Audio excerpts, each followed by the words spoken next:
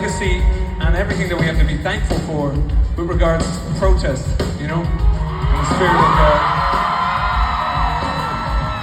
spirit of direct action, you know. And there's so much about our lives, our everyday lives, that we take for granted, that we don't really celebrate. We just kind of look over, but it was once upon a time had to be fought for very, very hard by people getting together, working together, organizing and pushing for something, you know, something that we today enjoy. And as you know, Mavis Staples and her brothers and sisters and her father, Pop Staples, they used to sing before speeches during the American Civil Rights Movement here in the 1960s, right? And, why that was of some particular interest to me, I'm an Irish man, I come from Ireland, is that civil rights movement that happened here directly inspired and directly impacted a civil rights movement that happened very, very shortly afterwards in Northern Ireland. At a time and place where not every citizen had the right to vote. And I think genuinely when we talk about those small ways in which people show up for each other every single day, and we do it for our parents, we do it for our friends, we do it for our kids, where we just are an honest witness to each other's experience, and we say, hey, I see it, and I'm here. I see what you're going through, and I'm not going to abandon you in that. And I'm here. You know, people do that every single day. And we do it when we bear honest witness to the experience of someone around us, someone that we love. And there's nothing complicated and there's nothing hard about it. But I think when people do that all together in one direction, I think history has changed forever, sincerely. There's nothing lofty or too high concept about it. It's just people being like, you know what, I want better for you. I would want better for my neighbor. I would want better for my loved ones.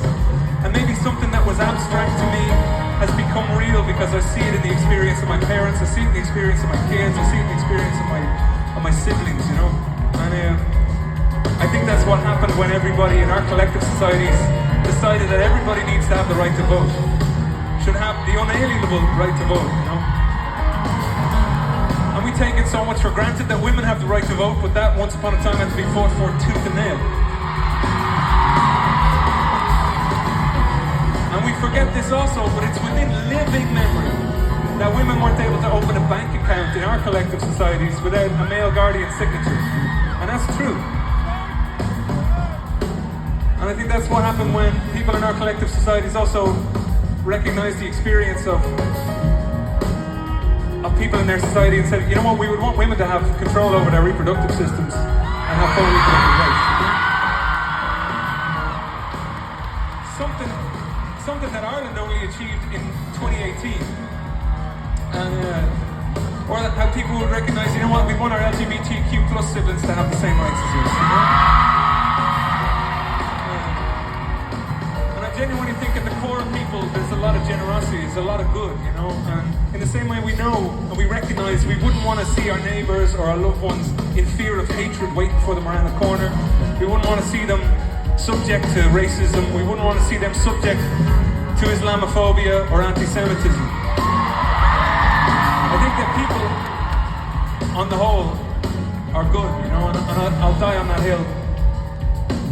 And it's like in the 1980s, there was a lot of protests, and I know protests is in the news quite a lot recently.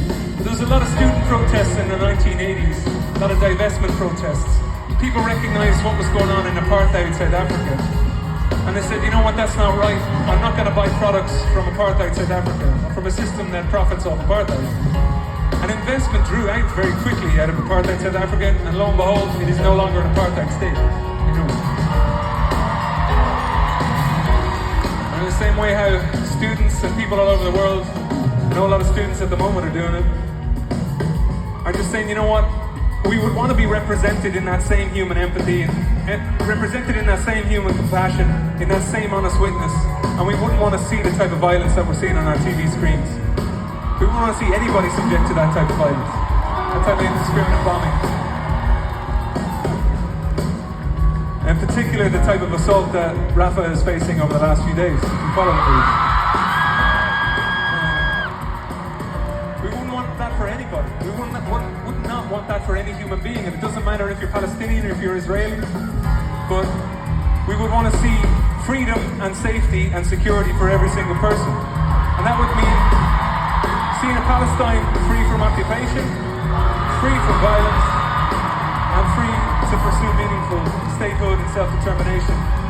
And I would just say, if you feel moved to contact your representatives and ask them to represent you on that basis and in that empathy and in that human compassion, I so encourage you to do so. And thank you. And as I said, I come from Ireland. Ireland faced it has its own history with occupation, its own history with colonial violence. Is there anybody here with Irish ancestry? And the peace that I grew up in a peaceful Ireland, and that peace process was two communities coming together and realizing the peace was better after centuries of occupational violence and sectarianism. Centuries, hundreds of years. And that peace process was something that was brokered also by the United States and the Clinton administration at the time.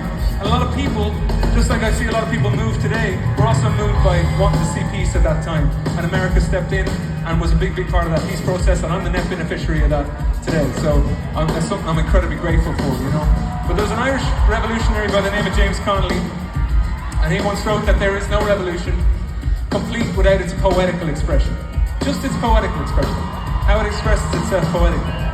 And Mavis Staples has always, to me, embodied the poetical expression of a revolution of love and kindness and that same honest witness. And I'm blessed to be torn with Alison Russell, who I have to say embodies that same poetical expression of a revolution of radical inclusion and acceptance and love. And these things are powerful. And that's what this kind of song was about. It's just those contributions and how they make a fucking difference, you know? Thank you.